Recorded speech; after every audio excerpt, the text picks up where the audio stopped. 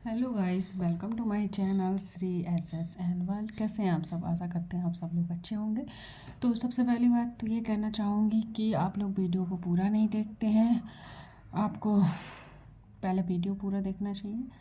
और दूसरी बात ये कहती हूँ कि बीपीएससी 3.0 का नोटिफिकेशन आने वाला है फरवरी में, और उसका एग्ज़ाम कंडक्ट कराने की बात कर रहे हैं वो मार्च में है। तो अगर ऐसा होता है तो उसके लिए हम कैसे प्रिपेयर करें कि हमारा एग्ज़ाम क्वालिफाई हो जाए और हम एक अच्छी सी पोस्ट पर विद्वान हो।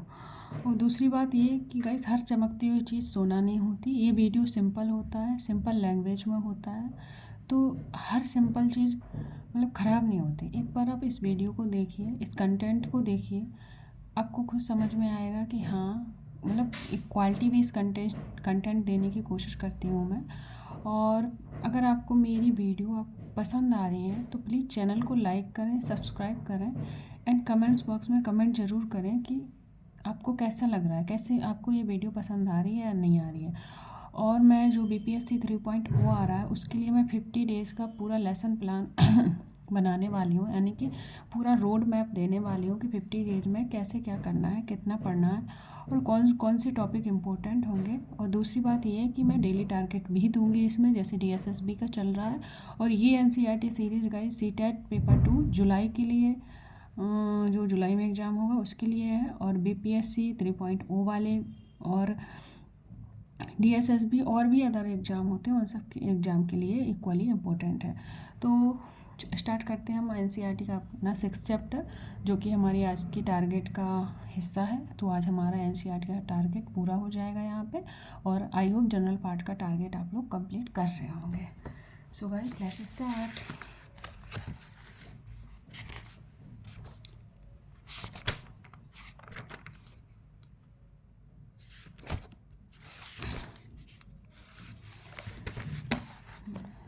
तो लास्ट चैप्टर है एनसीईआरटी का जियोग्राफी का। तो इसमें क्या है, हमारा देश भारत। तो हम इसमें अपने देश भारत के बारे में पढ़ेंगे। भारत एक बहुत बड़ा भौगोलिक विस्तार वाला देश है। कैसा देश है? बहुत बड़ा भौगोलिक विस्तार वाला देश है। उत्तर में यह हिमालय से के ऊंचे शिखर से घिरा है। जो उत्तर साइड का है ना, वो हिमालय के एक ऊंचे शिखर से घिरा हुआ है। पश्चिम में यह अरब सागर और पूर्व में बंगाल की खाड़ी है तथा दक्षिण में हिंद महासागर भारतीय महाद्वीपों के तटों पर लहराते हैं। ठीक है, तो ये मैप पे हम देखेंगे कौन कहाँ पर है। ठीक है, भारत का क्षेत्रफल 32.8 लाख वर्ग किलोमीटर है। उत्तर में लद्दाख से लेकर दक्षिण में कन्याकुमारी तक इसका विस्तार, उत्तर में लद्दाख से लेकर दक्षिण में कन्याकुमारी तक लगभग कितना है? 3200 किलोमीटर। एंड पूर्व में अरुणाचल प्रदेश से लेकर पश्चिम में कच्छ तक का इसका विस्तार 2900 किलोमीटर है। ऊंचे ऊंचे पर्वत, भारतीय महामरुस्थल, उत्तरी मैदान, आसमान, पठारी सतह, तटीय भाग एवं द्वीप समूह स्थल रूपों की विभिन्नता को दर्शाते हैं। यहाँ जलवायु, वनस्पति, वन्य जीवों के साथ साथ भाषा एवं संस्कृति में भी बहुत भिन्नता है। इस भिन्नता में भी हम एकता को पाते हैं जो हमारी परंपराओं में दिखती है। यही कारण है कि हम एक राष्ट्र में बंधे हैं। वर्ष 2011 से अब तक भारत की आबादी 120 करोड़ हो चुकी। कब से? 2011 से। ठीक है, तो यह चीन के बाद दूसरा विश्व का सबसे अधिक जनसंख्या वाला देश है। कौन? हमारा प्यारा भारत। अब हम इसकी स्थिति की बात कर लेंगे। ठीक है, भारत उत्तरी गोलार्ध में स्थित है। भारत कहाँ स्थित है? उत्तरी गोलार्ध में। हमने आपको पृथ्वी के बारे में पढ़ाया था, उसमें मैंने आपको दक्षिणी और उत्तरी गोलार्ध के बारे में समझाया होगा। आई होप आपको याद आया हो। और कर्क रेखा 23.5 डिग्री उत्तर देश के लगभग मध्य से होकर गुजरती है। ठीक है, दक्षिण से उत्तर की ओर भारत की मुख्य भूमि का विस्तार हम दक्षिण से उत्तर की ओर देखेंगे तो 8 डिग्री 4 उत्तर में और 37 डिग्री 4 उत्तरी अक्षांश है। अब ये उत्तर उत्तर क्यों लिखा है? क्योंकि हमारा भारत उत्तरी गोलार्ध में है, तो उसके दोनों गोलार्ध उत्तरी ही माने जाएंगे। ठीक है, और अक्षांश में के बीच है। पश्चिम से लेकर पूरब तक भारत का विस्तार, पश्चिम से लेकर पूरब तक भारत का विस्तार तो 68 डिग्री 7 मतलब 68 60 डिग्री पूर्व में तथा 97 डिग्री 25 पूर्वी देशांतर के बीच है। अब कहेंगे दोनों में पूर्व लिखा है क्योंकि हमारा प्यारा भारत उत्तरी गोलार्ध और पूरब में स्थित है। इधर ये मैप है तो इधर स्थित है यहाँ, ठीक है। तो उत्तरी गोलार्ध हो जाएगा और पूरब हो जाएगा। तो ये हमारे पॉइंट पूरब में दिए जाएंगे, ठीक है। दोनों पूरब लिखे जाएंगे। इसको मैं डिटेल में आपको अभी एक्सप्लेन कर दूंगी, ठीक है। अगर आप विश्व को पूर्वी एवं पश्चिमी गोलार्ध में बांटते हैं तो भारत की स्थिति किस गोलार्ध में है? अगर विश्व को हम पूर्वी और पश्चिमी गोलार्ध में बांटते हैं तो भारत की स्थिति किस गोलार्ध में? तो आप बता सकते हैं पूर्वी गोलार्ध में, ठीक है। बहुत बड़े देशांतरी विस्तार लगभग 29 डिग्री के कारण यहाँ के दो छोर पर स्थित स्थानों के स्थानीय समय में बहुत अधिक अंतर हो सकता है। इस तरह की दूरी पर स्थित दो स्थानों के बीच समय का अंतर लगभग 2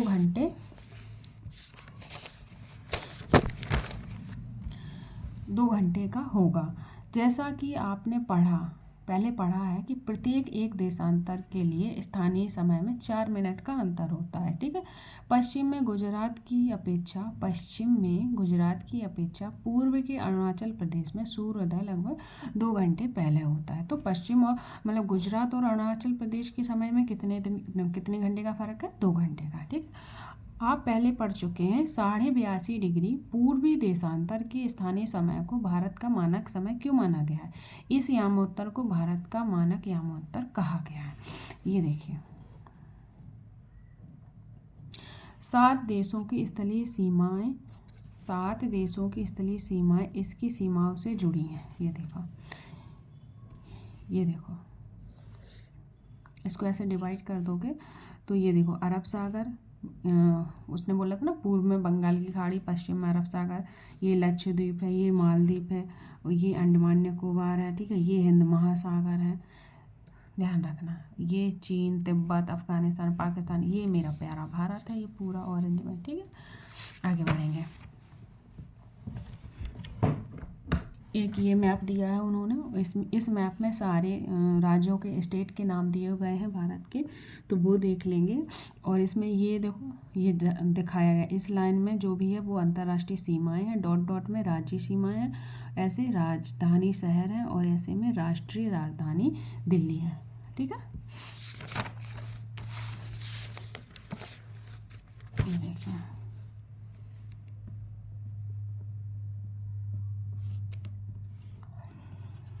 इनमें से आपको ये जो मैप दिया है इसमें से आपको क्या क्या निकालना है?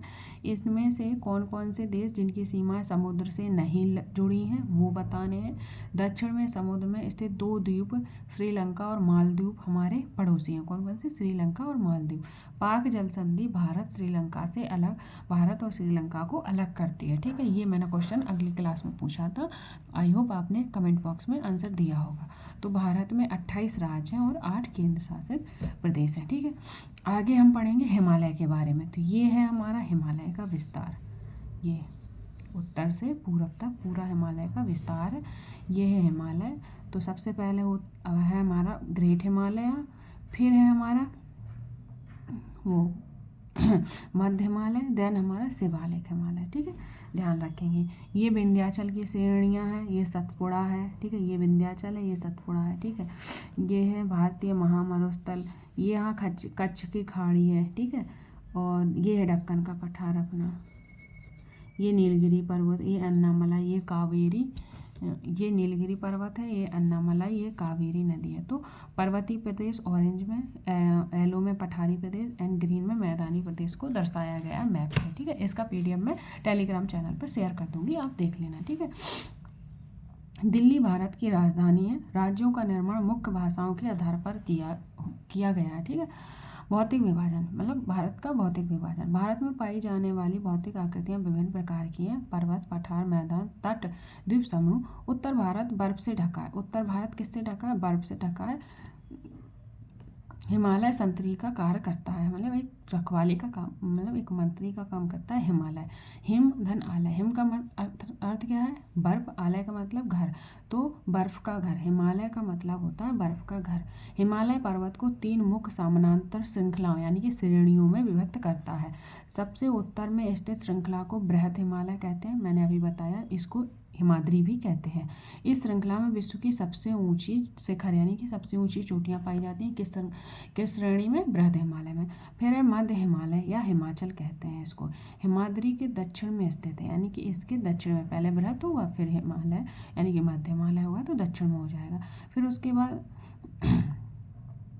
यहाँ जो मध्य हिमालय हिमाचल है ना, यहाँ पे बहुत ही लोकप्रिय पहाड़ी के स्थान हैं यहाँ पर, और 5 पहाड़ी स्थानों के नाम पता लगाइए। तो उन 5 पहाड़ियों के हमें नाम पता लगाने हैं। आई होप आप वो पता करेंगे गूगल से। शिवालिक सबसे दक्षिण में स्थित श्रृंखला है। शिवालिक के कहाँ स्थित है? सबसे दक्षिण में स्थित श्रृंखला है।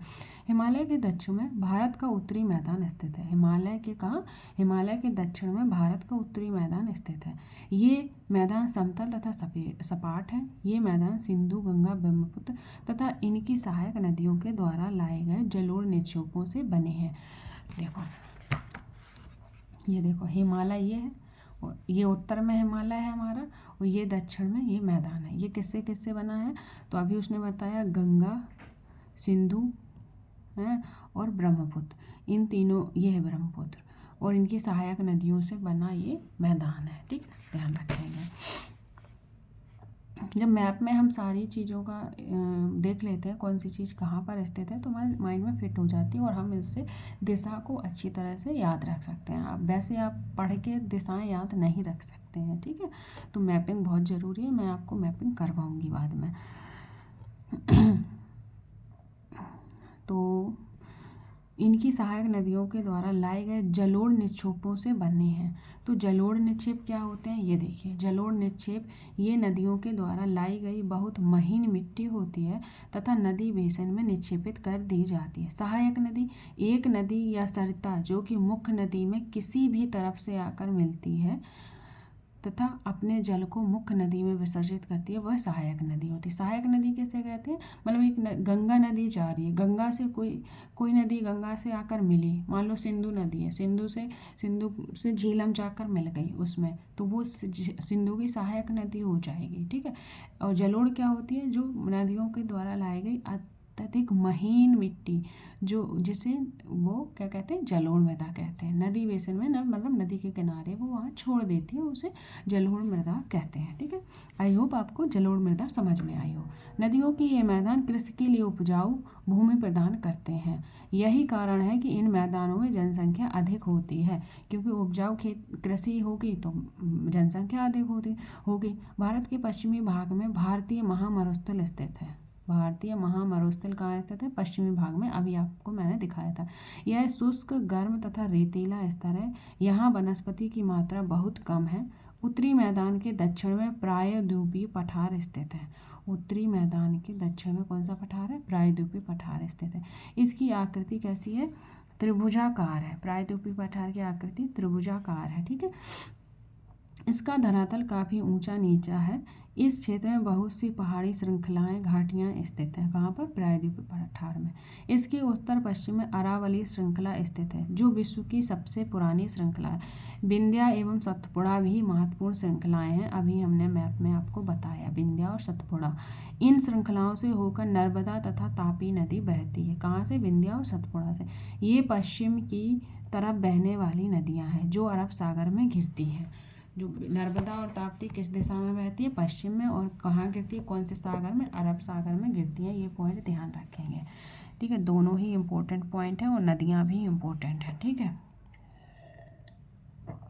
इस पठार के पश्चिम में पश्चिमी घाट या सह्याद्री तथा पूरब में पूर्वी घाट स्थित है। ठीक है, जो ये पठार है उस पठार के पश्चिम में पश्चिमी घाट है और पूरब में पूर्वी घाट है। ठीक है, पश्चिमी घाट का विस्तार एक समान रूप में है, जबकि पूर्वी घाट बीच बीच में टूटा हुआ है तथा असमान है। इन पठारों में खनिजों जैसे कोयला, लौह, अयस्क की प्रचुरता है। जो पठार है, इन पठारों में कौन कौन सी? लौह और कोयला की, अयस्क की प्रचुरता है। पश्चिमी घाट के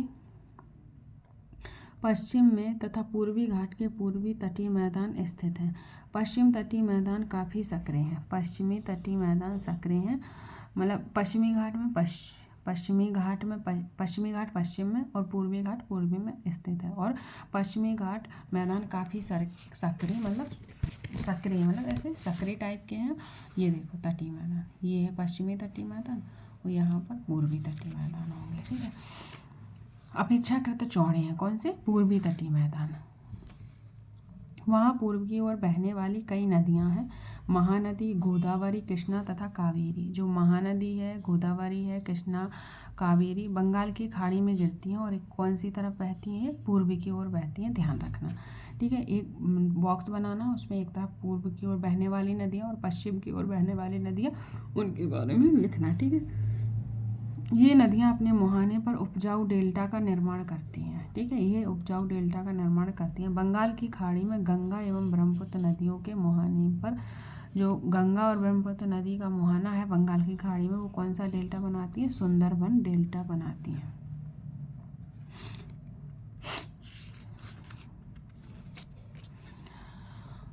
भारत में 2 द्वीप समूह भी हैं, लक्षद्वीप द्वीप समूह, भारत में 2 द्वीप समूह हैं, लक्षद्वीप और अरब सागर में स्थित हैं। ये कहाँ पर स्थित है? अरब सागर में। लक्षद्वीप द्वीप समूह कहाँ पर है? अरब सागर में। ये केरल के तट से कुछ दूर स्थित प्रवाल द्वीप है। कौन सा है? ये केरल के तट के कुछ दूर स्थित प्रवाल द्वीप है। अंडमान एवं निकोबार द्वीप समूह भारत से दक्षिण पूर्व दिशा में बंगाल की खाड़ी में स्थित है। जो अंडमान है और निकोबार द्वीप है, भारत से दक्षिण पूर्व दिशा में बंगाल की खाड़ी में स्थित है। कहाँ स्थित है? बंगाल की खाड़ी में। क्या आप जानते हैं कि कौन सा द्वीप समूह वर्ष 2004 सुनामी से प्रभावित हुआ था? समाचार पत्रों तथा लोगों से बातचीत के जरिए जानकारी प्राप्त कीजिए कि जब सुनामी भारतीय तट से टकराई थी तो किस प्रकार के लोगों ने अलग अलग तरीके से इसे चुनौती का सामना किया था। सुनामी एक विशाल सागरीय तरंग है जो समुद्री तल पर भूकंप के कारण बनती है। तो गाइस आप मुझे कमेंट्स बॉक्स में इसका आंसर देंगे कि 2004 में जो सुनामी आई थी तो उससे कौन सा द्वीप समूह को प्रभावित हुआ था, इस बारे में बताएंगे। तो गाइस ये देखिए, बुक के एंड में हमें अपने भारत के राज्य और राजधानियाँ दी गई हैं, तो एक बार इन्हें आप पढ़ लेंगे और लर्न कर लेंगे, ठीक है। ये राज्य और राजधानी, केंद्र शासित क्षेत्र और राजधानियाँ हैं, ठीक है। तो गाइस आई होप आपको ये बुक रीडिंग आपके लिए बहुत ही फ़ायदेमंद हो। और सबसे पहली बात एक ये है कि अगर आपको मेरा वीडियो पसंद आता है, आपको ये NCERT सीरीज पसंद आ रही है, तो प्लीज़ चैनल को लाइक करें, सब्सक्राइब करें एंड कमेंट्स बॉक्स में कमेंट ज़रूर करें। तो ये था आज का हमारा टारगेट। तो NCERT वाला टारगेट हमने कंप्लीट कर लिया है और जनरल पार्ट का टारगेट आपको कंप्लीट करना है। उसमें मैंने बताया है कौन सी बुक कहाँ से पढ़नी है, इन सब के बारे में आपको मैंने बताया है, तो आप अच्छे से एक बार गो थ्रू हो जाएंगे। और रही बात मैप की, तो ये देखिए, ये बंगाल की खाड़ी, ये अरब महासागर बताया है मैंने, दक्कन का पठार, सतपुड़ा श्रेणी, नर्मदा, ताप्ती, ये देखिए ये पश्चिम की ओर बहती हैं नदियाँ, ठीक है। और ये गंगा है, ये गंगा नदी का उद्गम है, यहाँ से ये जा रही है। तो यमुना नदी गंगा से यहाँ मिलती है जाके, ये ब्रह्मपुत्र, ये बंगाल की खाड़ी में दोनों बहती हैं, ठीक है। तो नदियों के बारे में डिटेल मैपिंग करेंगे, चोटियों के बारे में, पर्वत पठारों के बारे में, सब के बारे में अलग अलग मैपिंग करेंगे हम, जिससे हमारी ज्योग्राफी बहुत ही ईजी तरीके से हमें समझ में आ जाए। तो गाइज़ ये थी आज की class. So thank you, take care and bye bye.